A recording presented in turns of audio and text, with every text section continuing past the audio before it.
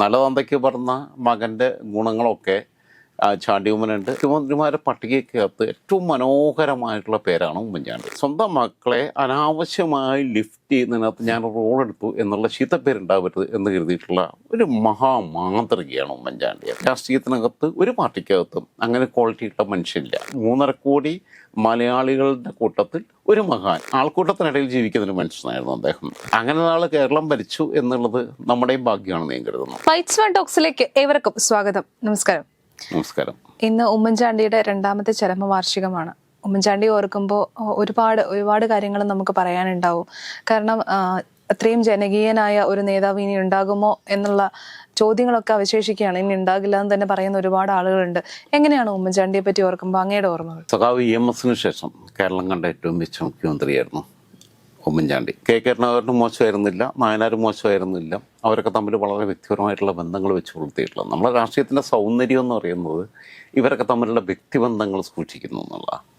പക്ഷേ ഇപ്പം നമ്മൾ ഭയങ്കര ശത്രുതാപരമായിട്ടുള്ള രാഷ്ട്രീയത്തിലേക്ക് പോകുന്നുണ്ട്. അത് പിന്നെ എന്നെപ്പോലുള്ള ആൾക്ക്, ഒരു സത്യസന്ധമായ രാഷ്ട്രീയത്തെ നോക്കിക്കാണുന്ന ഒരാൾക്ക് ഉണ്ടാകുന്ന ചില വിഷമങ്ങളിലൊന്നാണ്. കാരണം എന്ന് വെച്ചാൽ ഇപ്പം എതിർവശത്തുള്ളവനെ തീർക്കുക, ഫിനിഷ് ചെയ്യുക എന്നുള്ളതാണ്, ടാർഗറ്റ് ചെയ്തിട്ട് പോകുന്നുണ്ട്. പക്ഷേ പിന്നെ ഉമ്മൻചാണ്ടി 2004 മുഖ്യമന്ത്രിയായിട്ട് വരുന്നത്. 2004 അദ്ദേഹം 91 കരുണാകരൻ മന്ത്രിസഭയിൽ ധനകാര്യ വകുപ്പ് മന്ത്രിയായിരുന്നു.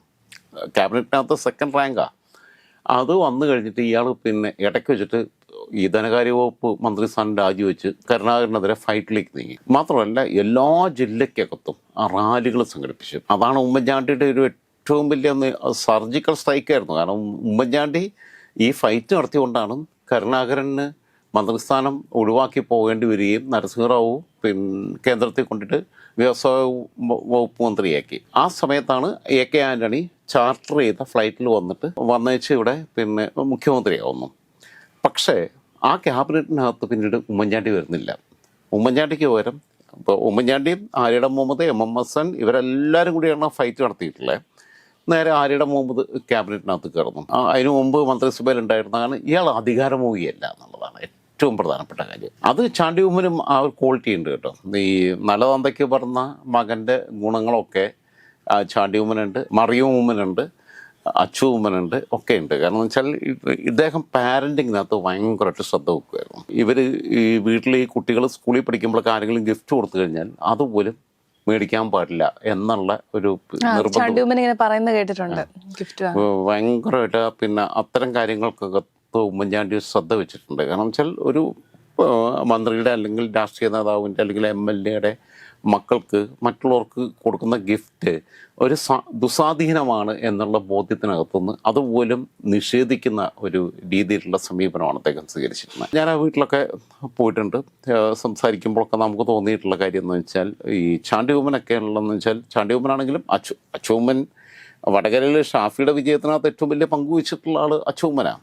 ഇത്രയും വലിയ മാർജിൻ റിസൾട്ട് ഉണ്ടാകുക എന്നൊക്കെ പറഞ്ഞു കഴിഞ്ഞാൽ അച്ചു അന്ന് ഷാഫി വിളിച്ചപ്പം നാട്ടിലേക്ക് എത്തി. അച്ചുവിനെയും രവിചേച്ചിയും ഇടത്തും വലത്തും കൊണ്ടു നടന്നിട്ടാണ് ഷാഫി എന്ന ഇലക്ഷനെ നേരിട്ടത്. അപ്പോൾ അത് ഒരു വല്ലാത്ത പൊളിറ്റിക്സാണ് വെക്കണേ. ഇപ്പോൾ ഞാനിപ്പം ഗ്രീഷ്മയും കൊണ്ട് എൻ്റെ അനിയത്തിയാണെന്ന് പറഞ്ഞ് ഞാൻ കൊണ്ടു നടക്കാമെന്ന് പറഞ്ഞു കഴിഞ്ഞാൽ അത് കൊടുക്കുന്നൊരു പൊളിറ്റിക്കൽ മെസ്സേജ് ഉണ്ട്. അപ്പോൾ ഒരു വശത്ത് ചേച്ചിയും ഒരു വശത്ത് രണ്ടും ചേച്ചിമാരാ. രണ്ടും അച്ചുവാണെങ്കിലും ഷാഫിയേക്കാൾ പ്രായത്തിന് മൂത്താണെന്നാണ് എനിക്ക് തോന്നുന്നത്. ഇത് ഏറ്റവും മനോഹരമായിട്ട് പൊളിറ്റിക്സ് ഇംപ്ലിമെൻ്റ് ചെയ്ത ഒരാളാണ്, പ്ലേസ് ചെയ്ത ഒരാളാണ് ഷാഫി. നമ്മൾ വീണ്ടും തിരിച്ച് ഉമ്മൻചാണ്ടിയിലേക്ക് വന്നു കഴിഞ്ഞാൽ ഉമ്മൻചാണ്ടിയെ സംബന്ധിച്ചിടത്തോളം ഒന്നിലെ കരുണാകരൻ മന്ത്രിസഭയിൽ അംഗമായിരുന്നു. അത് കഴിഞ്ഞിട്ട് ഇടയ്ക്ക് വെച്ചിട്ട് രാജിവെക്കണം. പിന്നെ അത് കഴിഞ്ഞിട്ട് 2004 AK ആൻ്റണി ഇപ്പോൾ ചരിത്രത്തിലെ ഏറ്റവും വലിയ തോൽവി UDF ഉണ്ടായ സമയത്ത് AK ആൻ്റണി കേരള മുഖ്യമന്ത്രി സ്ഥാനം രാജിവെക്കുന്നു. AK ആൻ്റണിയെ പിന്നീട് നേരെ അവിടെ കൊണ്ടുപോയി പ്ലേസ് ചെയ്യുന്നുണ്ട്. മൻമോഹൻ സിംഗ് കേന്ദ്രത്തിൽ കൊണ്ടുപോയി പ്ലേസ് ചെയ്യുന്നു. അദ്ദേഹത്തിന് അന്ന് ഏതാ വകുപ്പ് കൊടുത്തതെന്നുള്ള എനിക്ക് ഓർമ്മയില്ല. പ്രതിരോധ വകുപ്പ് മന്ത്രിയായിരുന്നു. അപ്പം ഈ കൊണ്ടുപോയിട്ട സമയത്താണ് ഉമ്മൻചാണ്ടി ഇവിടെ കേരളത്തിന് മുഖ്യമന്ത്രിയാണ്. അത് കഴിഞ്ഞിട്ട് പിന്നീട് 5 വർഷം പ്രതിപക്ഷ നേതാവായി. 2006 തൊട്ട് 2011 വരെ പ്രതിപക്ഷ നേതാവായി. 2011 വീണ്ടും മുഖ്യമന്ത്രിയാവുന്നു. ഈ മനുഷ്യനോട് കാണിച്ചിട്ടുള്ള തോന്നിയാസം എന്ന് പറഞ്ഞാൽ സരിതാ നായർ. ഇവള് ലോകത്തുള്ള എല്ലാ വൃത്തികളും വിളിച്ചു പറഞ്ഞു. PC ജോർജ് അതിൻ്റെ കൂടെ നിന്നു. BJPയുടെ ഇപ്പോൾ നേതാവായിട്ടുള്ളത്. അയാൾ അന്ന് പിന്നെ ഇയാൾക്കെതിരെ തോന്നിയ ദിവസം പറഞ്ഞു. അത് കഴിഞ്ഞിട്ട് ഇപ്പോൾ പിന്നെ റെക്ടിഫൈ ചെയ്യാൻ ശ്രമിക്കുന്നുണ്ട്. എത്ര വെളുപ്പിച്ചാലും പി സി ജോർജ് ഒന്നും വെളുക്കത്തില്ല എന്നുള്ളതാണ് എനിക്ക് പറയാനുള്ളത്. കാരണം വെച്ചാൽ ഒരു മനുഷ്യനെ രോഗിയാക്കി മാറ്റുക, ഒരു മനുഷ്യനെ മരണത്തിലേക്ക് വിട്ടുകൊടുക്കുക എന്നൊക്കെ പറയുമ്പം അതിനകത്ത് ഉണ്ടാകുന്ന ഒരു സങ്കടം നിനക്ക് മനസ്സിലാവുമല്ലോ. കാരണം എന്ന് വെച്ചാൽ അത് നമ്മുടെ കുടുംബത്തിനകത്ത് നമുക്ക് പിന്നെ അല്ലെങ്കിൽ നമ്മൾ നേരിട്ട് ഫേസ് ചെയ്യേണ്ടി വരുമ്പോഴാണ് നമ്മളതിൻ്റെ ആഴം മനസ്സിലാക്കുക. പിന്നെ ഇയാൾ ഞാൻ പറഞ്ഞില്ല പാരൻറ്റിങ്ങിൻ്റെ കാര്യം പറഞ്ഞു. ആര്യാട്ടനുമായിട്ടുള്ള ബന്ധം ചാണ്ടിയമ്മൻ തന്നെ പറഞ്ഞിട്ടുണ്ട്. ചാണ്ടിയമ്മൻ തന്നെ പറഞ്ഞത് നിലമ്പൂർ ഇലക്ഷനകത്ത് ഏറ്റവും ക്ലിയറായിട്ട് പെർഫെക്റ്റായിട്ട് പണിയെടുത്തിട്ടുള്ള ആൾ ചാണ്ടിയമ്മനാണ്. ആ ചാണ്ടിയമ്മൻ അവിടെ നിന്ന് പറയുന്നു പിന്നെ പാപ്പുട്ടിയാക്ക എന്നെ ചെറുപ്പത്തിൽ എടുത്തുകൊണ്ട് നടന്നിട്ടുണ്ട് എന്നാണ് പറയുന്നത്. അപ്പോൾ ഈ ഒരു വൈകാരികമായിട്ടുള്ള ബന്ധം അതൊരു പാർട്ടിക്കകത്തുള്ള ആളുകൾ തമ്മിലുണ്ടാവണ്ടേ.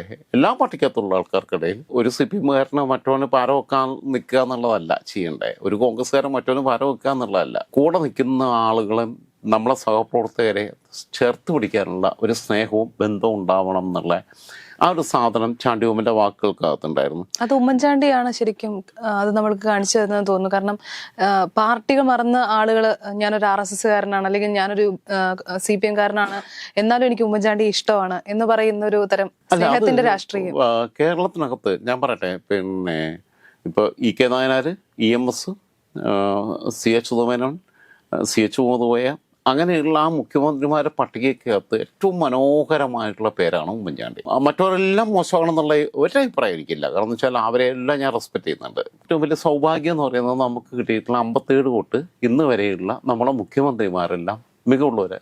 പിണറായി വിജയനും മോശമല്ല.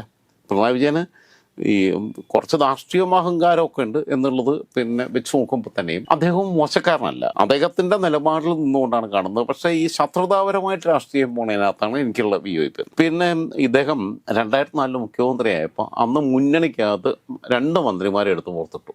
ഒന്ന് R ബാലകൃഷ്ണപിള്ള, ഇപ്പം നമ്മളെ KB ഗണേഷ് കുമാറിൻ്റെ ബാപ്പ. പിന്നെ ഒന്ന് പിന്നെ TN ജേക്കബിനെ, അനൂപ് ജേക്കബിൻ്റെ പിന്നെ പിതാവ്. ഇവരെ 2 പേരെ എടുത്തിട്ട് പുറത്തേക്ക് ഇട്ടു. കാരണം എന്ന് വെച്ചാൽ ഇവർ ഈ മുന്നണിക്കകത്ത് കിടന്നുകൊണ്ട് കളിച്ചുകൊണ്ടിരിക്കുകയായിരുന്നു. അപ്പോൾ 2 പുറത്ത് നിന്നോളാൻ പറഞ്ഞു. മന്ത്രിസ്ഥാനമില്ല എന്നുള്ളതൊരു അങ്ങനെ നിലപാടെടുക്കാൻ ആന്റണിക്ക് കഴിയത്തില്ല. കരുണാകരനുള്ള പിന്നെ സ്റ്റാൻഡ് എടുക്കാൻ പിന്നെ ധൈര്യമുള്ള ആളായിരുന്നു. കരുണാകരനും മുരളീധരനും ഒക്കെ ആ ഒരു ക്വാളിറ്റി ഉണ്ട് കേട്ടോ. പക്ഷേ പിന്നെ ആന്റണിക്ക് അതിനുള്ള ശേഷിയൊന്നുമില്ല. ഈ ഉമ്മൻചാണ്ടി ഇവരെ 2 പേരെയും പിടിച്ച് ചെവിക്ക് പിടിച്ചിട്ട് പുറത്തോട്ടം കിട്ടും.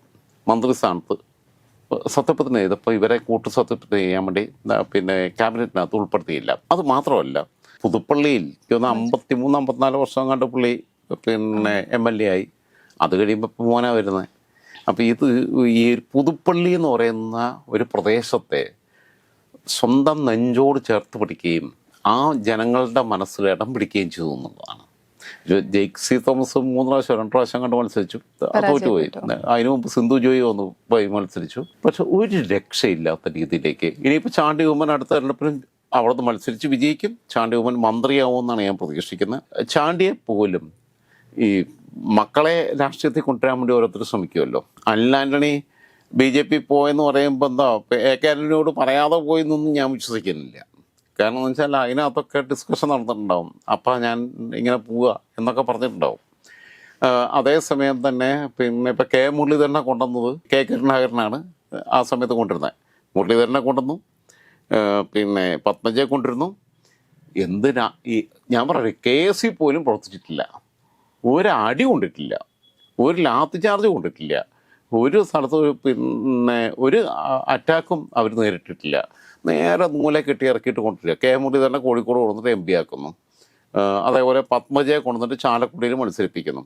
ആങ്ങളെയും പെങ്ങളും കൂടെ ഒരു തെരഞ്ഞെടുപ്പിൽ ഒരുമിച്ച് മത്സരിച്ച് തോറ്റതിൻ്റെ ഒരു ചരിത്രം നമ്മുടെ മുമ്പിലുണ്ട്. കാരണം എന്ന് വെച്ചാൽ വടക്കാഞ്ചേരിയിൽ മുരളി നിന്നിട്ട് നോക്കുന്നു. അതേ തെരഞ്ഞെടുപ്പിൽ തന്നെ ലോക്സഭാ തെരഞ്ഞെടുപ്പിൻ്റെ സമയത്താണ് ബൈ ഇലക്ഷൻ നടക്കുന്നത്. ചാലക്കുടിയിൽ പിന്നെ പത്മജ പോക്കുന്നു. അച്ഛനും മോനും ഒരുമിച്ച് മത്സരിച്ച് പോയിട്ടുള്ള ചരിത്രമുണ്ട്. തൃശ്ശൂർ പിന്നെ കരുണാകരൻ തോക്കുന്നു, കോഴിക്കോട് മുരളീധരൻ തോക്കുന്നു. അന്ന് അച്ഛനെ തോപ്പിച്ച ആളെ VV രാഘവനെ തോപ്പിക്കുമെന്ന് പറഞ്ഞിട്ട് പിന്നെ അടുത്ത തെരഞ്ഞെടുപ്പിൽ തൃശ്ശൂർ പോയി. അച്ഛനും മോനും ഒരേ ആളോട് തോറ്റു. ഇങ്ങനെയൊക്കെയുള്ള സംഭവങ്ങളുണ്ട്. അപ്പോൾ ഇതൊക്കെ വെച്ച് നോക്കുമ്പോൾ എന്ന് വെച്ചാൽ ചാണ്ടി ഉമ്മൻ പിന്നെ സെൻറ്റ് സ്റ്റീഫൻസ് കോളേജിലാണെന്ന് തോന്നുന്നു എനിക്ക് പഠിച്ചത് ദില്ലിയിൽ. പക്ഷേ KSUവിൻ്റെ നല്ല പ്രവർത്തനമായിട്ട് അവിടെ വന്നിരുന്ന ഒരാളാണ്. ഹൈലി പിന്നെ ക്വാളിറ്റി ഉള്ള പൊളിറ്റീഷ്യനാണ്. പക്ഷെ ആ ചാണ്ടി ഉമ്മനെ പ്ലേസ് ചെയ്യാതിരുന്നത് ഉമ്മൻചാണ്ടി പറഞ്ഞു വേണ്ട എൻ്റെ മോനാന്നുള്ളത് പേര് വരും, അതുകൊണ്ട് പിന്നെ ബ്ലോക്ക് ചെയ്തിട്ട് ഇയാൾ ചാണ്ടി ഉമ്മനോട് ചെയ്തിട്ടുള്ള ക്രൂരതയാണ്. കാരണം എന്ന് വെച്ചാൽ ഒരാളുടെ മോനാവുന്നൊരു അയോഗ്യതയൊന്നുമല്ല. അപ്പം എനിക്കതിനകത്ത് വിയോജിപ്പുള്ള ആളാണ്. സ്വന്തം മക്കളെ അനാവശ്യമായി ലിഫ്റ്റ് ചെയ്യുന്നതിനകത്ത് ഞാൻ റോൾ എടുത്തു എന്നുള്ള ചീത്തപ്പേരുണ്ടാവരുത് എന്ന് കരുതിയിട്ടുള്ള ഒരു മഹാമാന്ത്രികയാണ് ഉമ്മൻചാണ്ടി. അദ്ദേഹത്തെ പോലുള്ള രാഷ്ട്രീയക്കാരെയൊക്കെ ഇനി നമുക്ക് സ്വപ്നം കാണാനേ പറ്റുള്ളൂ. കാരണം നമ്മളെ ഇന്ന് ജീവിച്ചിരിക്കുന്ന രാഷ്ട്രീയത്തിനകത്ത് ഒരു പാർട്ടിക്കകത്തും അങ്ങനെ ക്വാളിറ്റിയുള്ള മനുഷ്യനില്ല. അതുകൊണ്ടാണല്ലോ പുതുപ്പള്ളിയിലോട്ട് ആൾക്കാരിങ്ങനെ ഒഴുകുന്നത്. എനിക്ക് പിന്നെ പുള്ളി ദൈവമാണെന്നോ പുണ്യാളനാണെന്നുള്ള അഭിപ്രായമൊന്നും എനിക്കില്ല. കാരണം എന്ന് വെച്ചാൽ എല്ലാവരും പുണ്യാളന്മാരാണ്. നീ ആണെങ്കിലും ഞാനാണെങ്കിലും ഒക്കെ പിന്നെ നമ്മളുടെ ക്വാളിറ്റി ഉണ്ടാവും, നമ്മളെ അടുത്ത് ഡീമെറിറ്റ് ഉണ്ടാവും, നമ്മളെ അടുത്ത് തെറ്റുകളുണ്ടാവും. പിന്നെ നമ്മൾ ഒരു മനുഷ്യൻ എന്നുള്ള രീതിയിൽ ചിലപ്പോൾ നമ്മൾ തെറ്റുകൾ പറ്റിപ്പോവും, ശരികളുണ്ടാവും, നിലപാടുകളുണ്ടാവും, ഒക്കെ ഉണ്ടാവും. പക്ഷെ ഞാൻ അതിനകത്ത് കാണുന്നതെന്ന് വെച്ചാൽ ഈ മനുഷ്യനെ തേടിയിട്ട് ആൾക്കാർ അങ്ങോട്ട് പോവുക. പിന്നെ അവർ ഒരു തീർത്ഥാടനത്തിന് പോകുന്ന പോലെയാണ് പോണേ ആൾക്കാർ. മാത്രമല്ല ഈ സ്ഥാനാർത്ഥികളായിട്ട് വരുമ്പോൾ ഇവന്മാരെല്ലാം അവിടെ പോയിട്ടാണല്ലോ പിന്നെ അവിടെ പോയിട്ട് പുഷ്പചക്രം വെച്ചിട്ടാണ് വരുന്നത്. പക്ഷെ അതിനകത്തൊക്കെ എത്ര പേർക്ക് ആത്മാർത്ഥതയുണ്ട്, സത്യസന്ധതയുണ്ട് എന്നുള്ളതൊക്കെ വേറെ പരിശോധിക്കപ്പെടേണ്ടതാണ്. പക്ഷേ ലോകത്ത് ഞാൻ വിശ്വസിക്കുന്ന അങ്ങനെയാണ്, ലോകത്ത് ഒരു മനുഷ്യനും ചെറുതല്ല, ഒരു മനുഷ്യനും വലുതല്ല, എല്ലാവരും ഈക്വലാണ്. കാരണം ഞാനും നീ ഒരുമിച്ചിരിക്കുമ്പോൾ പോലും എനിക്ക് ഗ്രീഷ്മ എന്ന് പറഞ്ഞു കഴിഞ്ഞാൽ എൻ്റെ സഹോദരിയെ പോലെ ഈക്വലായിട്ട് കാണുക എന്നുള്ളതാണ്. നമ്മളെക്കാൾ വലുതാരുമില്ല, നമ്മളെക്കാൾ ചെറുതാരുമില്ല എന്ന് വിശ്വസിക്കുന്ന ഒരു ചിന്താഗതി ഉള്ളതുകൊണ്ട് തന്നെ ഞാനിതിനകത്ത് കാണുന്നതെന്ന് വെച്ചാൽ ഇദ്ദേഹം ഈ എല്ലാ മനുഷ്യരും മഹാന്മാരാണ്. അദ്ദേഹവും ഒരു മഹാനായിരുന്നു. ലോകത്തുള്ള 3.5 കോടി മലയാളികളുടെ കൂട്ടത്തിൽ ഒരു മഹാൻ ആയിട്ടുള്ള വ്യക്തിയായിട്ട് പിന്നെ ഉമ്മൻചാണ്ടിയെ കാണാനാണ് ഞാൻ ആഗ്രഹിക്കുന്നത്. അദ്ദേഹത്തെ അങ്ങനെയാണ് ഞാൻ ഓർത്തിരിക്കുന്നത്. അദ്ദേഹം പിന്നെ കേരളീയ സമൂഹത്തിന് ചെയ്തിട്ടുള്ള സംഭാവന എന്ന് പറഞ്ഞു കഴിഞ്ഞാൽ മര്യാദയ്ക്ക് ചിന്തിക്കാൻ പറ്റുന്ന 3 മക്കളെ ഉണ്ടാക്കിയെന്നുള്ളതാണ്. ആ 3 മക്കളെന്ന് പറഞ്ഞു കഴിഞ്ഞാൽ അതിനകത്ത് പാരൻറ്റിങ്ങിൻ്റെ വലിയ ഘടകമുണ്ട്. ഞാൻ പറഞ്ഞല്ലോ, ഇപ്പോൾ ചാണ്ടി ഉമ്മനാണെങ്കിലും അച്ചൂമ്മനാണെങ്കിലും മറിയൂമ്മനാണെങ്കിലും ഒക്കെ നമുക്കൊരു അവരെക്കുറിച്ചൊരു വിമർശനം ഉന്നയിക്കാൻ ഉള്ള സാധ്യത അവർ വാക്കിയിട്ട് തരുന്നില്ല എന്നുള്ളതാണ്. അവരവരുടേതായ വഴി കൂടെ പോകുന്നു. അപ്പോൾ അങ്ങനെയുള്ള ഈ 3 മക്കളെ കേരളത്തിന് സംഭാവന ചെയ്തു. പിന്നെ ഒരുപാട് മനുഷ്യരെ സഹായിച്ചു. അദ്ദേഹം ഈ മുഖ്യമന്ത്രിയായിരിക്കുമ്പം ഈ നേരിട്ട് അദാലത്ത് നടത്തിയിരുന്നല്ലോ, ജനസമ്പർക്ക പരിപാടി. അപ്പോൾ അതെന്ന് പറഞ്ഞു കഴിഞ്ഞാൽ കേരളത്തിന് മുമ്പിൽ ഒരു മഹാമാതൃകയാണ്. ഞാൻ ഓർക്കുന്നുണ്ട് സുതാര്യ കേരളം എന്ന് പറഞ്ഞിട്ട്. അതെ. അപ്പോൾ അതെന്ന് പറഞ്ഞു കഴിഞ്ഞാൽ ഈ ജനങ്ങളുടെ ഇടയിലേക്ക് ഇറങ്ങി ചെല്ലുക. ഒരു കുഞ്ഞു ഫോണും ഉണ്ടാവും, കുറേ പേപ്പറുകളും ഉണ്ടാവും. അതെ. ചുറ്റും ആൾക്കൂട്ടം. ഈ ആൾക്കൂട്ടത്തിനിടയിൽ ജീവിക്കുന്ന ഒരു മനുഷ്യനായിരുന്നു അദ്ദേഹം. അങ്ങനെ അപ്പൻ്റെ മക്കളായിട്ട് പറക്കാൻ പറ്റിയത് അച്ചുവിൻ്റെയും ചാണ്ടിയുടെയും മറിയത്തിൻ്റെയും ഭാഗ്യമാണെന്ന് ഞാൻ കരുതുന്നു. പിന്നെ അങ്ങനെ ഒരാളുടെ ഭാര്യയായിട്ടിരിക്കാൻ പറ്റിയത് മറിയാമ്മ ഉമ്മൻ്റെയും ഭാഗ്യമാണെന്ന് ഞാൻ കരുതുന്നു. അങ്ങനെ ഒരാൾ കേരളം ഭരിച്ചു എന്നുള്ളത് നമ്മുടെയും ഭാഗ്യമാണെന്ന് ഞാൻ കരുതുന്നു.